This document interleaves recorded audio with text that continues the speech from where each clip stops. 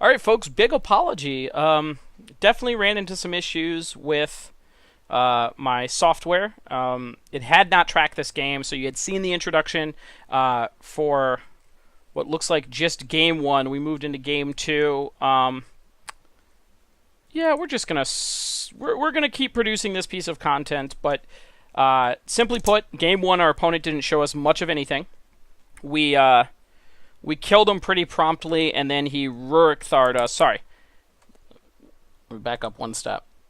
Our opponent showed us a grand total of nothing in game one.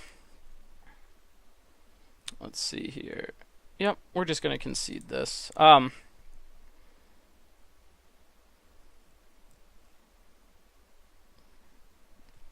Okay. Before I concede this game. Game one, our opponent kept Deathrite Shaman land. We wasted the land after seeing it off of a ponder and bolted the Deathrite Shaman. That left us in really, really good position.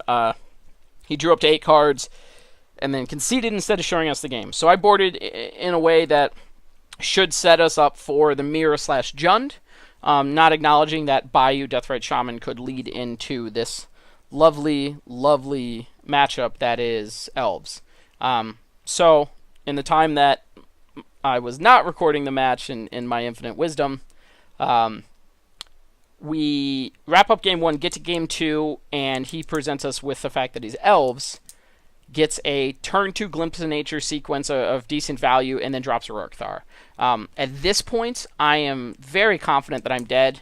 I will, for the sake of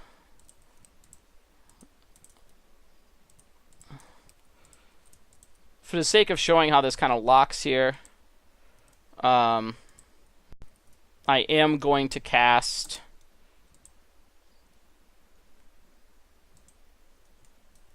some creatures here, and unfortunately from this point it is what appears to be just a long sequence of bad attacks and life loss. Rurik'thar, for those who aren't aware, is going to deal me 6 damage when I cast things like bolts and brainstorms. So my only real hope at this point is to try to race him. The obvious issue with that is that racing the elf deck that is unrestricted on its ability to cast spells, etc.,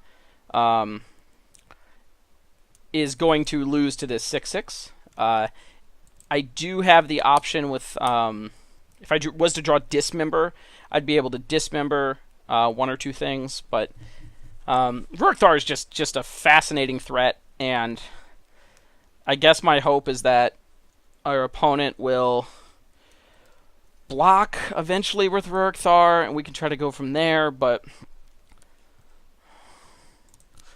yeah, this just, hypothetically, this matchup's pretty bad.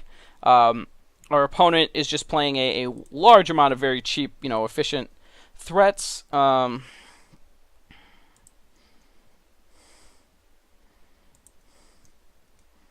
am going to have to chump next turn with one of my Deathrite Shamans, which is fine. From there, yeah, with their Deathrite Shaman, I mean, the race at this point is just more of a formality. Definitely something I kind of saw earlier, but let's put in 1 or 2 more turns. Possibly the opponent can misstep here. I don't expect that to happen. So we get an attack from him. We're going to chump. Great.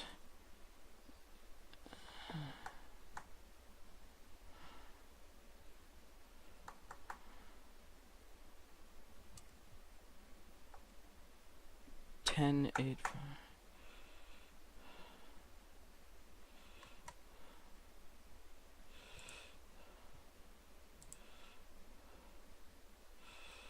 So we're going to target the bolt in response to him targeting the bolt. I'm assuming he's doing this for a reason. That reason might very well be,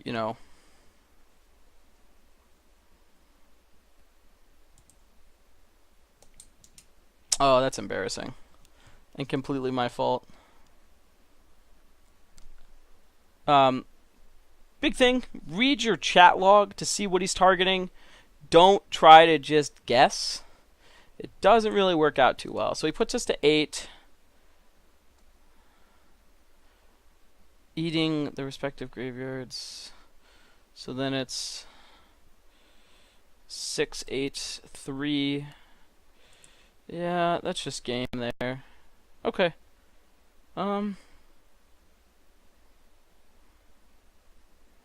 2, 1. Yep. Okay. Our opponent should correctly identify if he blocks and we bolt. We still go to 2, and then he gets us with a few options there, even if we eat it here. He then has 3 attackers. So we're going to go back to sideboards, rectify some things, and get to game 3. This is a matchup that I've only played a couple of times. So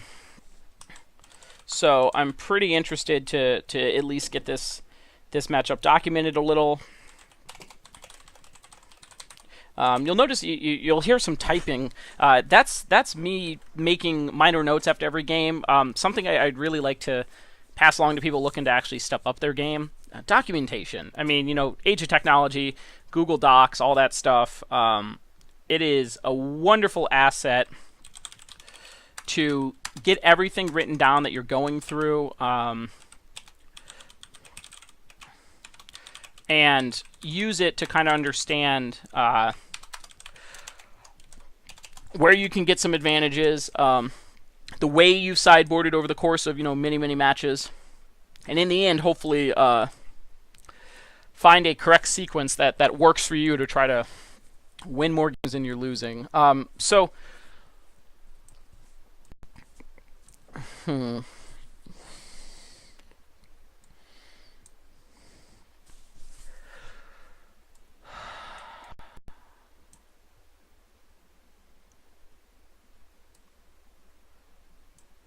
All right.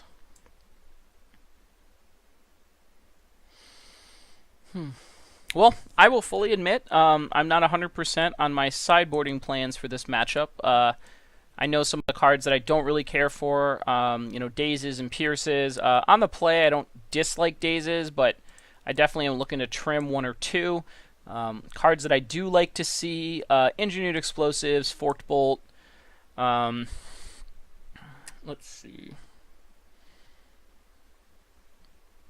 Okay. Strix definitely doesn't make the cut here. It's more of a mirror card. Yeah, I think I'm just locked into trying to be the best medium Delver deck I can. I'm going to cut the Therapies and Pierces. Therapy just doesn't beat the top of his deck, and he's got the ability to cycle pretty well. I think I'm better served by trying to kill his threats and stop him from hitting something really major with a Daze or a Force. I know Daze loses application, in the later turns. They do produce a significant amount of mana. So I am kind of waffling on if I want to split something here. I'm just really hesitant for a card like Therapy. We're going to submit this as is. Really hesitant to play Therapy in a matchup where after the first couple turns, it really just becomes off the top, or a Force or something like that would do similar work. Heavy consideration there, the hedge, though. Maybe keep in 2 Therapies, cut possibly like a Pyromancer and 1 Daze. But until I get some more data on this matchup, played a few more times, and networked with some folks that will know a little bit more about this matchup, I'm going to run with this plan. Absolutely going to play first here. Okay, so keep this. I actually am going to open with UC Ponder. Don't have another blue card, but I'm pretty happy with pick 2, shuffle 1. Ponder's just one of those cards as well that I need to get a large amount of velocity going at this deck. Okay, so if we put Brainstorm 3rd,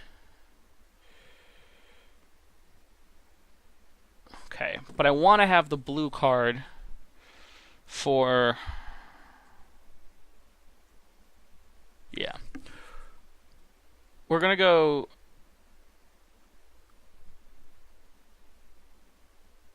Strand, Brainstorm, Delver. Not going to shuffle. I'll take the Delver here. Drawing the Brainstorm next turn. Not really sure, though, if I'm going to... I mean, I think I want to run out the Delver as soon as possible. Generally speaking, you're trying to just land a threat in this matchup. And then stymie their game plan. You know, they definitely bring in the Abrupt Decay, so something like Delver isn't a card you should be too heavily set into. But I think it's reasonable to be able to build up to something like Angler. Now, the issue with Angler is then cards like Wirewood Symbiote, you know, definitely take over the game if you're trying to attack with Anglers. So that's really where the Elf matchup just, it hurts me. It's really, really hard. It's definitely one of the matchups where there's a lot of ways to play it incorrectly, and there's only a couple ways to play it correctly. So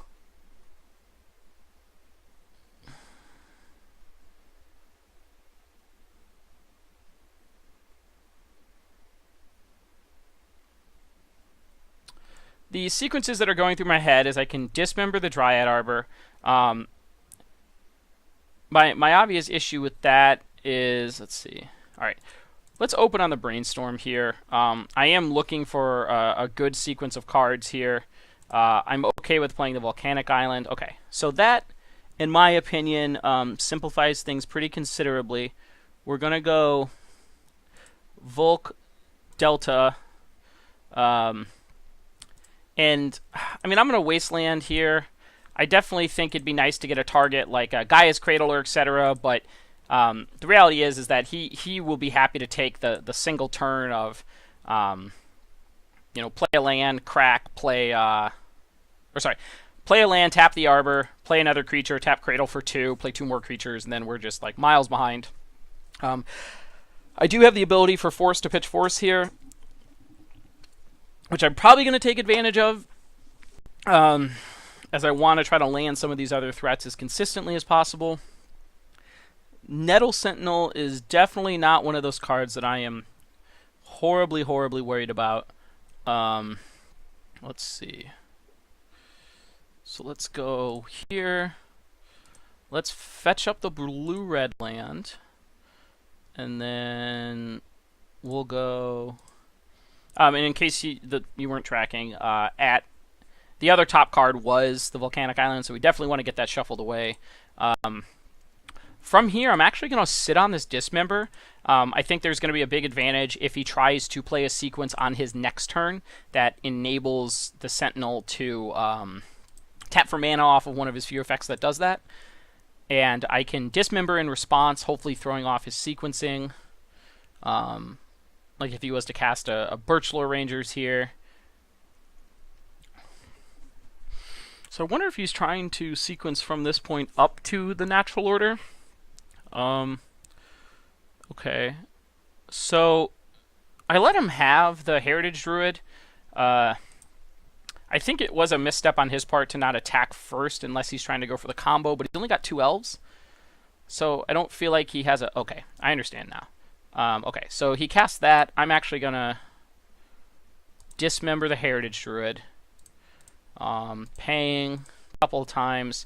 And at this point, he's out of mana, and I mean, yes, he can still attack and get the untap next turn, you know, great for him. But I feel like I've very close to done my job in trying to stymie his super early game aggression. If we can get a Delver flip here, we would have been in great shape. 1, 2, 3, 4, 5, 6, 7. So let's go Flooded Strand. Then let's go black, green. Oh, undo. Going back to that optimality with the interface. And we're gonna run out this Gurmag Angler here. And well, we're not in great shape. We do get the shuffle next turn off the Delver. I'm sitting on Force if he tries to go for something, you know, sizable. Wasting the Arbor on 1 was not exactly where we wanted to be, but I think his explosive draw with tap creature. Okay, So this is one of those decision points where if I force this, he makes 2 mana and probably gets me the next turn. Yeah, I just can't let him have this. This is one of the many reasons why I think that this matchup is just miserable. They can get you with the glimpse angle. They can get you with the natural order angle. Regardless of which way they try to hit you from, it's bad for you. I mean, he can still absolutely natural order us here with like play 2 creatures, second cradle, tap cradle, pay for 4, get you. Okay, so our opponent had the double glimpse of nature.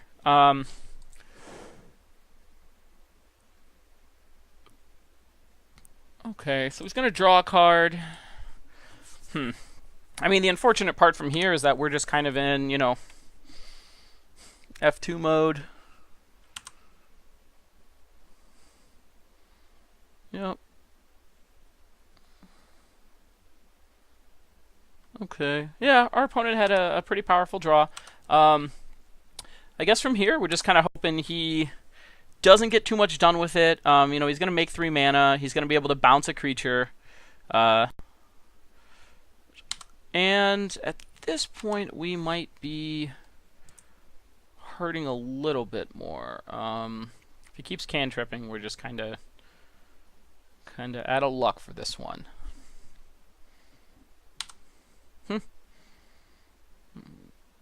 So the symbiote is used. He's up to 5 mana.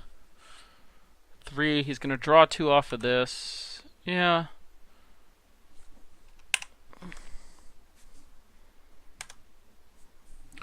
We're just going to let him go from here.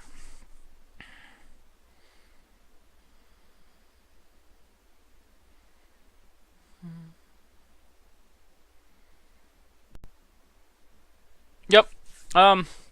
I do feel like this is by far one of Grixis Delver's, in this version's, worst matchups.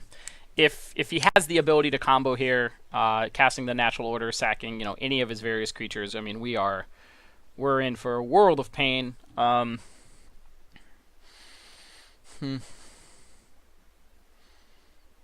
draws another 2. So this is a great example of what happens when you're on the receiving end of the elf draw. I know I had a little bit more success against this deck, against the elf deck when I was on the Sultai versions. A couple more removal spells, you know, available. You know, Toxic Deluge and the like. A little more commonplace. I think at this point, though, this is just one of those matchups that, you know, like with any of the larger formats, be it Modern or Legacy, there's just a certain amount of, you know, you have to hope to dodge them. And then if you do play them, you know, try to get lucky in whatever aspect you can. Looks like our opponent is going to cast a... For 6 would be Rurikthar. Yeah.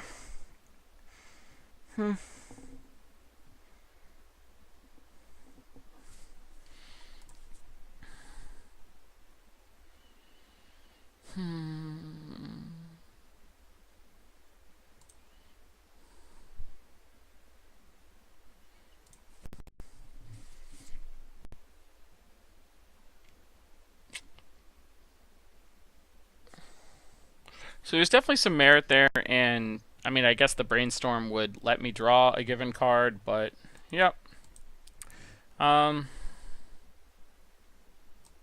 He's going to attack next turn. I'll be able to put 2 guys in front of it, but if he identifies that early on, or sorry, assesses the board as I know he will, he'll just put the whole team sideways. At best, we pick off like 1 or 2, or maybe not the whole team, but a large quantity of them.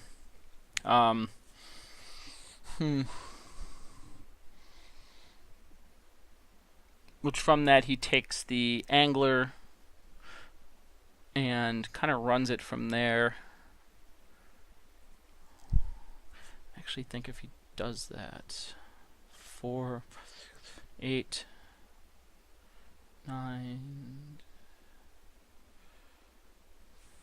So I actually think we're just dead. 1, 2, 3, 5, 6. So 2, 4, 5, 6.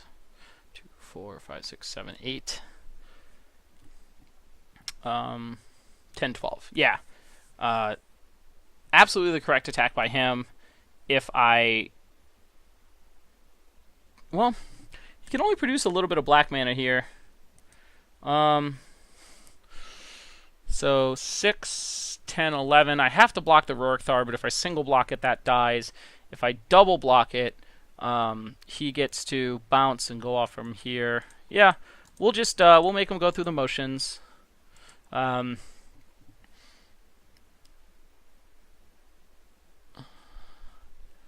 We might have, you know, I can't imagine there'd be any real decision selection for him. Kill the larger creature, put us to 3, put us to 2.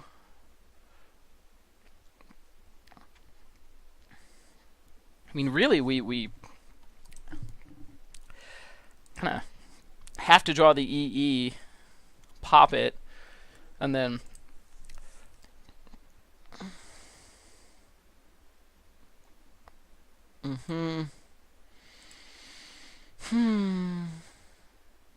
Oh, never mind. Yeah, he exiles the Foothills with the Deathrite Shaman, bounces it again, and kills us. So we will concede from here. Alright, well, apologies for not giving you the game 1 or the early start of the game 2, but the game 3 was exactly indicative of what I would expect from the other games. I definitely will be interested to hear from both the team and, you know, other folks who are enjoying these videos. What do you think of the Wasteland play on the Dryad Arbor? It's kind of one of those decision points that I've run across a few times in the matchup, and if I choose to let the Arbor live, he taps the Arbor, plays a second creature, plays the Gaia's Cradle, has 2 mana, and then just kind of accelerates from there. I can't say that that's like necessarily a much worse position, but I felt like our sequence of, you know, maybe catch the creature that also, you know, doubles for 2 mana with Cradle is worth it. I definitely will stand by the force of the first glimpse. While it's expected that he's going to have another sequence for it, he's got to run it out there, because if he resolves the first one, he can get a little bit of mana going and then stick the second one and kind of middle of the combo and just run from it there. The fact that he had 2 right off the bat is definitely an unfortunate one for our side of the matchup. But I think Elves is on the short list of matchups that I would actively like to avoid come Worcester. I think that Elves attacks from too many angles while also being a fantastic, you know, attacking deck. A lot of people seem to forget that, you know, when you put 9, 10 power of even 1/1s on the board, that's still 9 to 10 power. They'll just attack a few times and take you out, similar to, you know, what Empty the Warrens accomplishes in some of the Storm matchups. So anyway, thanks for tuning in for the shorter round 2. While I'm displeased with my my recording software, at least it happened in a matchup that I would have to say is of little viewing value, just more of a, hey, this matchup's pretty tough, here's the things you can focus on, and then we just run with it from there.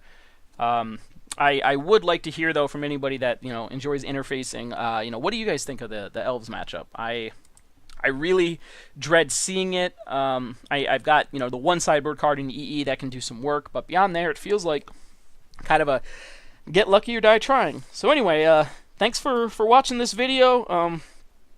We will have the next 2 rounds coming up here.